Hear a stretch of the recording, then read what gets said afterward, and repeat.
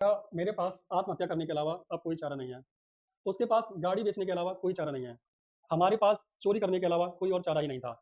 तो ऐसे सेंटेंसेस को आप कैसे बनाएँगे, ऐसा मेरे कोई इरादे नहीं है। बट अगर आपको ऐसा बोलना हो कि मुझे अपनी किताबें बेचने के अलावा कोई चारा ही नहीं था, मेरे पास गाड़ी बेचने के अलावा कोई चारा ही नहीं था, मुझे मेरे पास पापा को बताने के अलावा कोई चारा ही नहीं था। अगर ऐसा आप बोलोगे तो उसे कैसे बोलेंगे इंग्लिश में? आइए हम देखते हैं। इसके लिए हम यूज़ करते हैं नो चॉइस बट टू का। नो चॉइस बट टू का उसका मतलब होता है कोई और चारा नहीं है। आप करते क्या हो, सब्जेक्ट के साथ हैज़, हैव या हैड लगाते हो plus no choice plus but to और वर्ब की फर्स्ट फॉर्म और ऑब्जेक्ट। कुछ सेंटेंसेस की मदद से हम इसको सीखेंगे बहुत अच्छे से। अगर आपको सेंटेंस में है लिखा दिख जाए तो आप लगाना हैज़, हैव और अगर था लिखा दिख जाए तो हैड। सिंगुलर में हैज़ लगता है, प्लूरल में है और ये इकलौता है तो कोई समस्या वाली बात ही नहीं है। नो चॉइस बट टू लगाओ, फिर वर्ब की फर्स्ट फॉर्म और ऑब्जेक्ट। सेंटेंस है तुम्हारे पास मुझसे माफी मांगने के अलावा कोई और चारा नहीं है। किसके पास? तुम्हारे पास। तो हमने क्या लगा यहाँ से यू। अब सब जानते हैं यू प्लूरल है, प्लूरल होने पर हम यहाँ से क्या लगाएंगे? हैव। ठीक है, फिर क्या लगाएंगे? No choice but to. तो हमने लगा दिया नो चॉइस बट टू। अब क्या लगाना है? वर्ब की फर्स्ट फॉर्म। वर्ब की फर्स्ट फॉर्म क्या करने के अलावा? तो हमने कहा माफी मांगने के अलावा। माफी मांगने को क्या कहते हैं? अपोलोगाइज। क्या कहते हैं? अपोलोगाइज। अब उसने क्या लिखा? ऑब्जेक्ट। क्या लिखा? ऑब्जेक्ट। किससे? तो हमने कहा लड़का है तो उससे और लड़की है तो लड़का है तो हिम, लड़की है तो हर। उम्मीद है समझ में आया होगा। एक और सेंटेंस बनाते हैं। उसके पास आत्महत्या करने के अलावा कोई चारा नहीं था, तो उसके पास ही, लड़की होती तो सी।